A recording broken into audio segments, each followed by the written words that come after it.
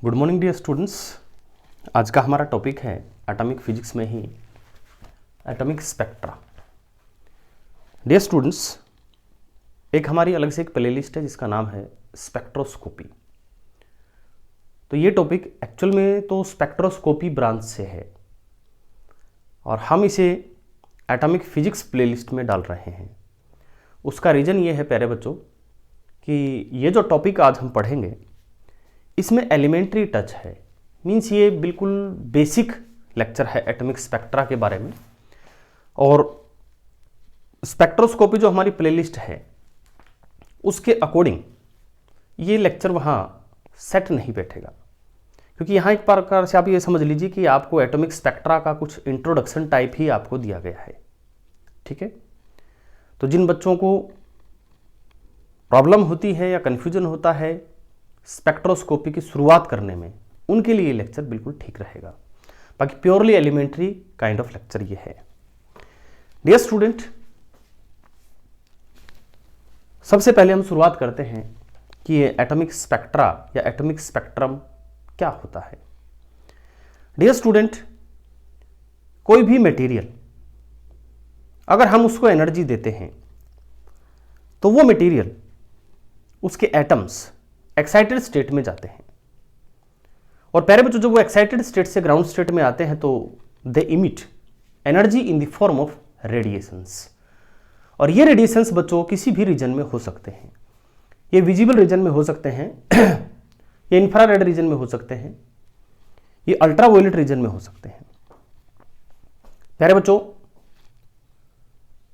ज्यादातर हम daily life में क्या देखते हैं कि जो मटेरियल्स होते हैं जब उनको हम गर्म करते हैं, यहाँ आप सॉलिड का एग्जांपल कंसीडर कर लीजिए। जैसे आप कपड़ों पे प्रेस करते हो तो आपने प्रेस को इलेक्ट्रिसिटी से जोड़ दिया। Electricity means it is the source of electric energy, और वो इलेक्ट्रिक एनर्जी प्यारे बच्चों हीट में कन्वर्ट होती है प्रेस के अंदर। अब प्रेस जो गर्म हो गई, हम कह सकते हो कि उसके एटम जो है एक्साइटेड स्टेट में गए इलेक्ट्रिक एनर्जी लेकर के, जब वो वापस आते हैं ग्राउंड स्टेट में तो वो एनर्जी इमिट करते हैं इन the form of thermal radiations और इंफ्रारेड रेडिएशंस। अगर आप प्रेस से जो थर्मल रेडिएशंस या इंफ्रारेड रेडिएशंस इमिट हो रहे हैं, उन सारे रेडिएशंस का अगर आप वेवलेंथ पता करें कि किस किस वेवलेंथ की इंफ्रारेड वहां पे आ रही है, तो यू विल फाइंड कि वहां लगभग हर वेवलेंथ की इंफ्रारेड मौजूद है।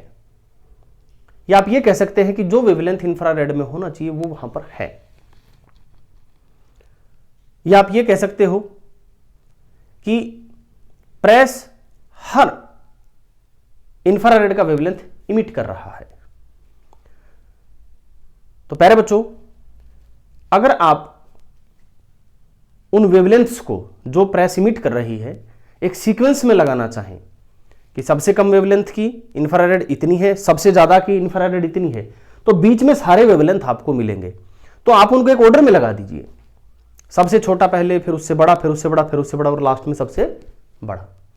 तो ये जो एक ऑर्डरली अरेंजमेंट हो गया इन रेडिएशंस का, इमिटेड रेडिएशंस का, इसे हम कहेंगे स्पेक्ट्रम। प्यारे बच्चों, जैसे आप स्कूल कॉलेज में या स्कूल में आप जब मॉर्निंग असेंबली में खड़े होते थे तो आपके जो टीचर्स होते थे वो आपसे ये कहते थे भाई छोटे बच्चे आगे खड़े हो जाइए, बड़े बच्चे पीछे। तो वहां पर आप एक इंक्रीजिंग ऑर्डर ऑफ हाइट में खड़े होते हैं, तो वो एक ऑर्डरली अरेंजमेंट है। तो प्यारे बच्चों, इसी तरह इमिटेड वेवलेंथ्स का ऑर्डरली जो अरेंजमेंट है उसे हम कहते हैं प्यारे बच्चों स्पेक्ट्रम। और स्पेक्ट्रम का जो प्लूरल होता है, बहुवचन जो होता है, उसे हम कहते हैं स्पेक्ट्रा। तो कई बार आपको शब्द मिलेगा एटॉमिक स्पेक्ट्रम, कई बार स्पेक्ट्रा, तो आप इसका अंतर समझिएगा कि spectra is the plural of spectrum. Now dear student, ये तो हमने बात की प्रेस की। अगर कोई और भी सॉलिड है तो उससे जो वेवलेंथ्स इमिट होंगे वो लगभग सारे के सारे वेवलेंथ्स इमिट होंगे, या हम कह सकते हैं कि सॉलिड्स एक कंटिन्यूअस एटॉमिक स्पेक्ट्रा दर्शाते हैं या इमिट करते हैं। अगर हम बात करें किसी गैस की, देखो अब तक हम बात सॉलिड की कर रहे थे, अब हम बात करें किसी गैस की। तो मान लो कोई गैस है, उस गैस को हमने एक्साइटेड स्टेट में भेजा। अब गैस को एक्साइटेड स्टेट में भेजने का एक तरीका है प्यारे बच्चों, through electric discharge. Electric discharge means आप एक कोई भी डिस्चार्ज ट्यूब ले लीजिए, उसमें कोई गैस रखिए, एक तरफ नेगेटिव पोटेंशियल एक तरफ positive potential with the help of a high potential source. आप उसमें पोटेंशियल डिफरेंस बढ़ाते जाइए। As we know gases are poor conductor of electricity, उसमें से किसी भी तरह का करंट पास नहीं होगा। लेकिन अगर आप पोटेंशियल डिफरेंस बढ़ाते जाते हैं तो एक पॉइंट ऐसा आता है प्यारे बच्चों, जब गैसेज जो है इलेक्ट्रिसिटी को कंडक्ट करने लगती है, तो पोटेंशियल डिफरेंस जो गैसेज के अक्रॉस आपने अप्लाई किया है, अगर वो उस गैस की डाइलेक्ट्रिक स्ट्रेंथ से ज्यादा है तो वहां पर एक इलेक्ट्रिक डिस्चार्ज होगा। और electric discharge means we are actually exciting the atoms of the gas. तो जब ये एटम ग्राउंड स्टेट से एक्साइटेड स्टेट में जाएंगे और फिर जब एक्साइटेड स्टेट से ग्राउंड स्टेट में आएंगे, ये फिर से रेडिएशंस इमिट करेंगे। प्यारे बच्चों, अब फिर से जो वेवलेंथ इमिट किए हैं उनको हमने नोट किया कि ये वेवलेंथ इन्होंने इमिट किए हैं, और नोट करने के बाद उनको फिर एक ऑर्डरली अरेंजमेंट में रखा। तो प्यारे बच्चों, हम ऑब्जर्व करते हैं कि इन केस ऑफ सॉलिड्स हमारे पास एक मिनिमम वेवलेंथ था और एक हमारे पास मैक्सिमम वेवलेंथ था। We are considering the case of solid. तो हमें डियर स्टूडेंट हर वेवलेंथ का वैल्यू यहां पे मिल रहा था, यानी हर वेवलेंथ का रेडिएशंस आपको एमिशन में मिल रहा था। लेकिन जब हमने कंसिडर किया प्यारे बच्चों गैसेज,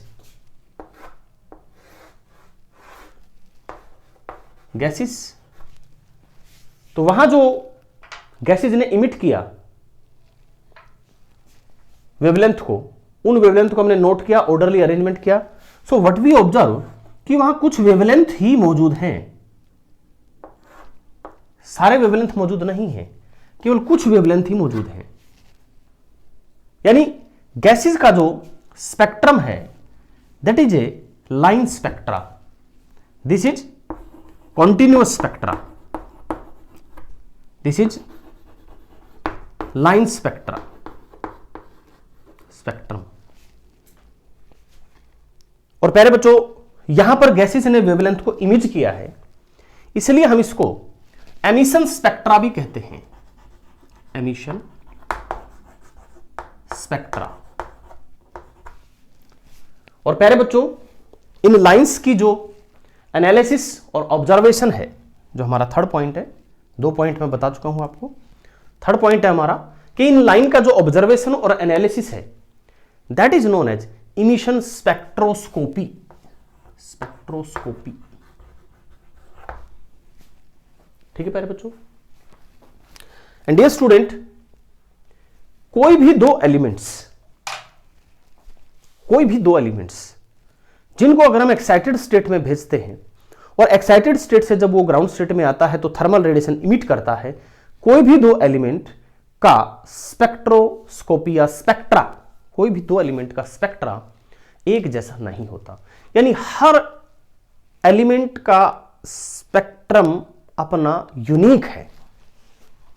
हमारा फोर्थ पॉइंट, फिफ्थ पॉइंट, यानी every element has their unique spectrum.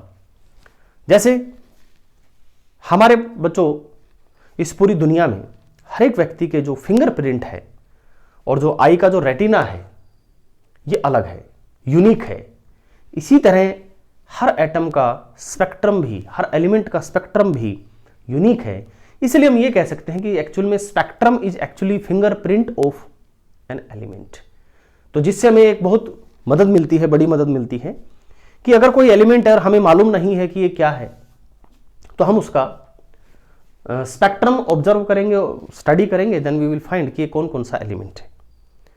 जैसे प्यारे बच्चों, अभी मार्स पे एक नासा ने काफ़ी समय पहले, शायद एक मिशन था उनका, उन्होंने लैंड रोवर नाम का एक वहाँ पे क्या बोलते हैं यान भेजा था। वहाँ पे उसने जाके स्टडी किया कि वो कौन कौन से एलिमेंट उस क्रस्ट में हैं, उसका जो ऊपर जो रेत होता है उसमें क्या क्या एलिमेंट मौजूद हैं। तो उसका एक ही तरीका था कि वहाँ से कोई भी सैंपल लिया, उसका वहीं पे स्पेक्ट्रोस्कोपी स्टडी किया और डेटा यहाँ पर भेज दिया। तो प्यारे बच्चों, कोई भी अननोन एलिमेंट अगर हमें नहीं मालूम कि कौन सा है तो हम उसका स्पेक्ट्रोस्कोपी स्टडी करते हैं और फिर हम बता सकते हैं कि ये कौन सा एलिमेंट है। और प्यारे बच्चों, अगर हमें ये पता लगता है कि ये तो किसी भी नॉन एलिमेंट, कोई भी हमारा एलिमेंट जो हमें मालूम है, जो हमारा पीरियोडिक टेबल में है, उनके साथ अगर वो मैच नहीं करता तो इसका मतलब ये कोई नया ही एलिमेंट है। और ऐसा हुआ भी था, अभी समझाता हूं आपको। प्यारे बच्चों, जैसे ये हमारा एमिशन स्पेक्ट्रा है, ऐसे ही एक और होता है जिसको हम कहते हैं एब्जॉर्प्शन स्पेक्ट्रोस्कोपी। एब्जॉर्प्शन स्पेक्ट्रोस्कोपी में क्या होगा कि हम एक कंटिन्यूअस वेवलेंथ की लाइट, उस लाइट के पाथ में हम एक गैसियस सोर्स रखेंगे। पहले क्या हो रहा था, हम गैसेस के एटम्स को एक्साइट कर रहे थे, वो ग्राउंड स्टेट में आ रहे थे, वो थर्मल रेडिएशन इमिट कर रहे थे। अब इससे उल्टा हो रहा है, अब हमारे पास कॉन्टिन्यूअस वेवलेंथ्स की लाइट आएगी, यानी व्हाइट लाइट जिसमें सारे वेवलेंथ मौजूद हैं विजिबल रीजन के, वो किसी गैसियस सोर्स में से पास होगा। तो आ रहे हैं सारे वेवलेंथ, लेकिन जब वो गैसियस सोर्स में से पास होगा तो गैस के एटम्स उस लाइट से एनर्जी लेकर के और एक्साइटेड स्टेट में चले जाएंगे। तो जब लाइट पास होके इधर आएगी गैस से, उसमें से कुछ वेवलेंथ मिसिंग होंगे। और प्यारे बच्चों, जो वो मिसिंग वेवलेंथ होंगे वो किसने ले लिए, गैस ने ले लिए। तो हमें पता लग गया भाई इस गैस ने ये वेवलेंथ लिए हैं। उन वेवलेंथ का ऑर्डरली अरेंजमेंट हमारा होगा एब्जॉर्प्शन स्पेक्ट्रोस्कोपी। तो जैसे प्यारे बच्चों, ये हमारा एमिशन स्पेक्ट्रोस्कोपी है। एब्जॉर्प्शन स्पेक्ट्रोस्कोपी में ये होगा कि हमारे पास लाइट होगी, क्योंकि उसमें सारे वेवलेंथ होते हैं। तो लाइट ऐसी होगी जिसमें सारे वेवलेंथ है बच्चों, लैम्डा मिनिमम से लैम्डा मैक्सिमम। और जब ये किसी गैस में से पास होगी तो इस लाइट का एक वेवलेंथ यहाँ का गायब मिलेगा, एक यहाँ का गायब मिलेगा, एक यहाँ का गायब मिलेगा, यहाँ का, और दो यहाँ। यानी ये वेवलेंथ आपको यहाँ पे मौजूद नहीं मिलेंगे। इसे कहते हैं हम एब्जॉर्प्शन स्पेक्ट्रोस्कोपी। यानी जो एमिशन स्पेक्ट्रा, जो वेवलेंथ उसने इमिट किया था एक्साइटेड स्टेट में, ये उसी वेवलेंथ को एब्जॉर्ब करेगा जब उसमें से आप लाइट पास करेंगे। और प्यारे बच्चों, एब्जॉर्प्शन स्पेक्ट्रोस्कोपी जैसे मैंने अभी बताया था, एक बड़ा अच्छा टूल है to find out the unknown elements. क्या हुआ बच्चों कि जो हमारा सन है, सन एक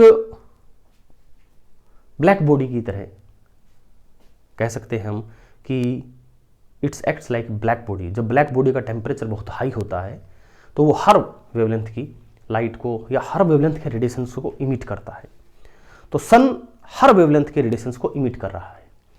तो जैसे वो रेडिएशंस को इमिट कर रहा है तो सन का एक एटमॉस्फेयर भी है, सन के चारों ओर एक एटमॉस्फेयर है, और वो एटमॉस्फेयर में बहुत सारी गैसेस हैं। उन गैसेस में से सनलाइट हमारे पास आ रही है। तो जो हमारे पास लाइट आई, अब हमें मालूम है कि सन हर वेवलेंथ का रेडिएशन इमिट कर रहा है, लेकिन जब हमारे पास जो सनलाइट आई, हमने उसको ऑब्जर्व किया तो हमें पता लगा कि कुछ वेवलेंथ वहां पे गायब है। I think if I am not wrong, Fraunhofer was the first person who observed the spectra of sunlight। तो प्यारे बच्चों, उस सनलाइट में से कुछ वेवलेंथ गायब थे। फिर हमारे पास एक स्पेक्ट्रम आ गया कि भाई ये स्पेक्ट्रम है, उसको हमने मैच किया।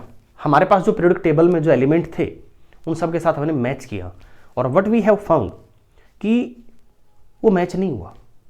यानी जितने भी नॉन एलिमेंट थे उस समय, वो किसी के साथ भी, उसके किसी के स्पेक्ट्रम के साथ भी वो मैच नहीं कर रहा था। तो इसका मतलब ये है कि भाई सन के एटमॉस्फेयर में कोई ऐसी गैस मौजूद है जो धरती पे है नहीं या हमें मालूम नहीं है। तो बाद में एक ऐसा एलिमेंट मिला धरती के नीचे, जो गैस थी उन्हीं में एक ऐसी गैस मिली जिसका स्पेक्ट्रम सन की जो लाइट है उसके स्पेक्ट्रम से मैच करता था। और प्यारे बच्चों, उस गैस का नाम दिया गया हीलियम। तो ये मत सोचिए कि हीलियम हमें पहले पता था, सन बाद में। नो, उल्टा है। सन का स्पेक्ट्रम पहले पता लगा, उस स्पेक्ट्रम जैसा कोई एलिमेंट यहां नहीं था। बाद में हमें एक ऐसा एलिमेंट मिला और उस एलिमेंट का नाम दिया गया हीलियम। हीलियम का जो नाम पड़ा उसके पीछे भी ये एक बड़ा रीजन है, क्योंकि ग्रीक में जो सन है उसको कहते हैं हीलियोस, HELIOS। तो उस हीलियोस से फिर नाम पड़ा प्यारे बच्चों helium. This led to the discovery of helium. और प्यारे बच्चों फिर उसके बाद हमने और भी जितने स्टार्स थे उन सब का जो स्पेक्ट्रा था वो ऑब्जर्व किया, ताकि ये पता लगे कि कोई ऐसा एलिमेंट तो नहीं है कि जो हमारे स्टार्स हैं उनमें हो और धरती पे ना हो। तो आज तक ऐसा पता नहीं लगा है कि कोई भी स्टार है उसकी जो लाइट हमारे पास आ रही है उसके स्पेक्ट्रम में ऐसा स्पेक्ट्रम मिला हो जो धरती पे उस एलिमेंट का ना रहा हो। So dear student, spectroscopy is a very powerful tool, but again I am informing you that this lecture is just an introductory purpose lecture, क्योंकि एटॉमिक फिजिक्स में ये इतना ही आता है। थैंक यू प्यारे बच्चों फॉर वॉचिंग द वीडियो।